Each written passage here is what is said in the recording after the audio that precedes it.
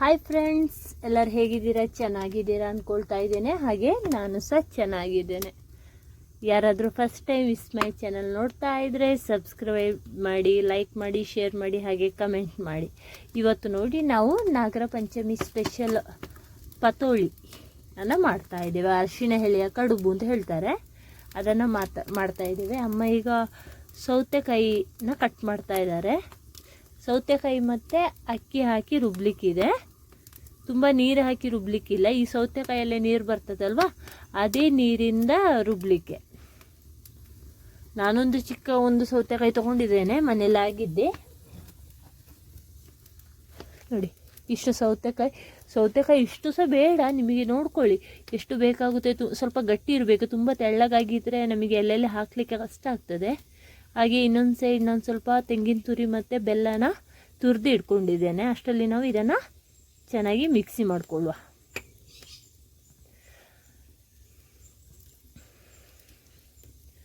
ನಾನು ಇಷ್ಟೇ ಹಾಕಿದ್ದು, 2 ಗ್ಲಾಸ್ ಅಕ್ಕಿ ಇತ್ತು. ಅದಕ್ಕೆ ನನ್ನ ಕೈಯಲ್ಲಿ 2 ಮುಷ್ಟಿ ಆಗುವಷ್ಟು ಸೌತೆಕಾಯಿನ ಹಾಕಿದ್ದೇನೆ. ನೋಡಿ, ಚೆನ್ನಾಗಿ ನುಣ್ಣಗೆ ರುಬ್ಕೊಳ್ಳುವ.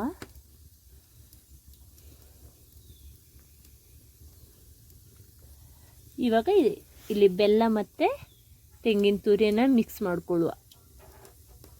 ನಾ ಬೆಲ್ಲದಿಂದ ಮಾಡ್ತಾ ಇದ್ದೇನೆ. ಈಗ ಚೆನ್ನಾಗಿ ಮಿಕ್ಸ್ ಮಾಡಿ ಇದಕ್ಕೆ ಸ್ವಲ್ಪ ಏಲಕ್ಕಿ ಪುಡಿ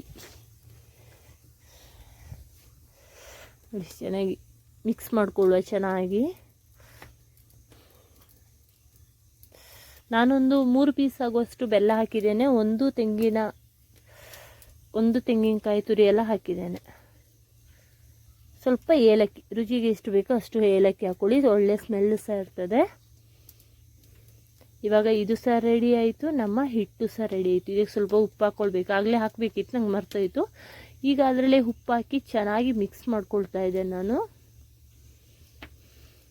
ನಾನು ಅರಿಶಿಣದ ಎಲೆ ಎಲ್ಲ ತಂದು ಚೆನ್ನಾಗಿ ಒರೆಸಿಟ್ಟಿದ್ದೀನಿ. ದೊಡ್ಡ ದೊಡ್ಡ ಎಲೆ ಆದರೆ ಒಂದೊಂದೇ ಎಲೆಯಲ್ಲಿ ನಮಗೆ ಕಡುಬು ಮಾಡಿ ಇಡ್ಬೋದು. ಇದು ಸ್ವಲ್ಪ ದೊಡ್ಡದಿದೆ, ಸಾಕಾಗ್ತದೆ. ನಾನು ಒಂದು 2 ಸ್ಪೂನ್ ಆಗುವಷ್ಟು ಒಂದು ಎಲೆಗೆ ಹಾಕ್ಕೊಳ್ತಾ ಇದ್ದೇನೆ. ಅದನ್ನು ಚೆನ್ನಾಗಿ ಹರಡ್ಕೊಂಡು ನೋಡಿ. ನೆಕ್ಸ್ಟ್ ಅದಕ್ಕೆ ನಾವಿಲ್ಲಿ ಮಿಶ್ರಣ ರೆಡಿ ಮಾಡ್ಕೊಂಡಿದ್ದೀವಲ್ಲ, ತೆಂಗಿನ ತುರಿ ಮತ್ತು ಬೆಲ್ಲ, ಅದನ್ನು ಹಾಕ್ಕೊಳ್ಳೋದು.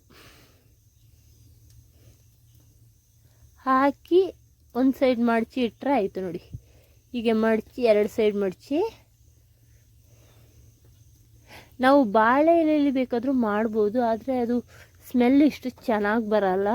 ಇದರಲ್ಲೇ ಬರೀ ಅರಿಶಿಣ ಎಲೆಲ್ಲೇ ಮಾಡಿದರೆ ಸ್ಮೆಲ್ ಸಹ ತುಂಬ ಚೆನ್ನಾಗಿರುತ್ತೆ. ಮನೆ ಫುಲ್ಲು ಘಮ ಘಮ ಅಂತ ಇರ್ತದೆ. ನೋಡಿ, ಇಷ್ಟ ಆಯ್ತು. ಈಗ ಟೋಟಲ್ 10 ಕಡುಬನ್ನು ಮಾಡಿ ಇಟ್ಟಿದ್ದೇನೆ. ನೋಡಿ, 10 ಮಾಡಿದೆ. ಈಗ ನೋಡುವಾಗ ನಿಮಗೆ 5, 6 ಕಾಣ್ಬೋದು. ಅದು ಬೇಯಿಸಿ ಆದ ತಕ್ಷಣ ಎಲ್ಲ ಖಾಲಿಯಾಗಿದೆ. ನೋಡಿ, ಇವಾಗ ನಾನು ತಿಂಡಿಗೆ ತಗೊಂಡೆ. ಒಂದು ಕೈಯಲ್ಲಿ ಮೊಬೈಲ್, ಇನ್ನೊಂದು ಕೈಯಲ್ಲಿ ಈ ಅರಿಶಿಣ ಎಲೆನ ಬಿಡಿಸ್ತಾ ಇದ್ದೀನಿ. ನೀವು ಸಹ ಮನೆಯಲ್ಲಿ ನಾಗರ ಪಂಚಮಿಗೆ ಈ ಸ್ವೀಟನ್ನು ಮಾಡಿದ್ದೀರಾ ಇಲ್ವಾ ಅಂತ ಕಮೆಂಟಲ್ಲಿ ಹೇಳಿ. Thank you.